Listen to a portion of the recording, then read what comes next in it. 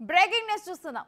IT రంగంలో ప్రపంచ స్థాయి కంపెనీ కాగ్నిజెంట్ తెలంగాణలో భారీ విస్తరణ ప్రణాళికతో ముందుకు వచ్చింది. హైదరాబాద్ లో దాదాపు 15,000 మంది ఉద్యోగ అవకాశం కొత్తగా కల్పించేలా కొత్త సెంటర్ నెలకొల్పనున్నట్లు ప్రకటించింది.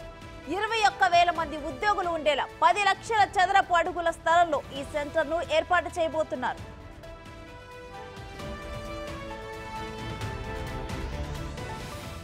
అమెరికా పర్యటనలో ఉన్న ముఖ్యమంత్రి రేవంత్ రెడ్డి ఐటీ శాఖ మంత్రి శ్రీధర్ బాబుతో కాగ్నిజెంట్ సీఈఓ రవికుమార్ కంపెనీ ప్రతినిధి బృందం సమావేశమయ్యారు. ఈ సందర్భంగా జరిగిన చర్చల సందర్భంగా ఈ ఒప్పందం జరిగింది. గత ఏడాది ముఖ్యమంత్రి బృందం దావోస్ పర్యటన సందర్భంగానే ఈ ఒప్పందానికి పునాదులు పడ్డాయి. సాంకేతికత, కొత్త ఆవిష్కరణలు, అభివృద్ధి కేంద్రంగా హైదరాబాద్ అందరి దృష్టిని ఆకర్షిస్తోంది. అందులో భాగంగానే కాగ్నిజెంట్ కంపెనీ హైదరాబాద్ లో తమ కంపెనీ విస్తరణకు మొగ్గు చూపింది.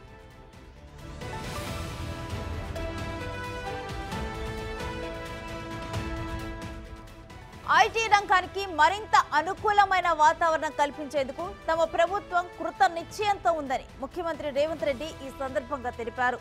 కాగ్నిజెంట్ కంపెనీ కొత్త సెంటర్ ఏర్పాటుతో ప్రపంచ టెక్నాలజీ కంపెనీలన్నీ హైదరాబాద్ ని తమ ప్రధాన గమ్యస్థానంగా ఎంచుకుంటాయని అభిప్రాయపడ్డారు. కాగ్నిజెంట్ కంపెనీకి తమ ప్రభుత్వం తగిన సహాయ సహకారాలు అందిస్తుందని ప్రకటించారు. కొత్త సెంటర్ ఏర్పాటుతో వేలాది మంది యువతకు ఉద్యోగాలతో పాటు రాష్ట్ర ఆర్థిక వ్యవస్థపై సానుకూల ప్రభావం ఉంటుందని అన్నారు. హైదరాబాద్ తో పాటు తెలంగాణ నుండి ఇతర టైర్ 2 నగరాల్లో కూడా ఐటీ సేవలను విస్తరించాలని ముఖ్యమంత్రి చేసిన సూచనలకు కంపెనీ ప్రతినిధులు సానుకూలంగా స్పందించారు.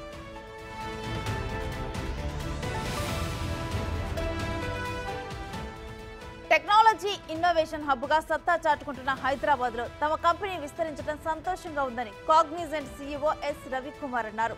హైదరాబాద్ లో నెలకొల్పే కొత్త సెంటర్ ప్రపంచవ్యాప్తంగా ఉన్న తమ క్లయింట్లకు మెరుగైన సేవలు అందించేందుకు ఉపయోగపడుతోందన్నారు. ఐటీ సేవలతో పాటు కన్సల్టింగ్ లో అత్యాధునిక పరిష్కారాలను అందిస్తుందని చెప్పారు. Artificial intelligence, machine learning, digital engineering, cloud solutions తో సహా అధునాతన సాంకేతికతలపై కొత్త కేంద్రం ప్రత్యేకంగా దృష్టి సారిస్తుందని తెలిపారు.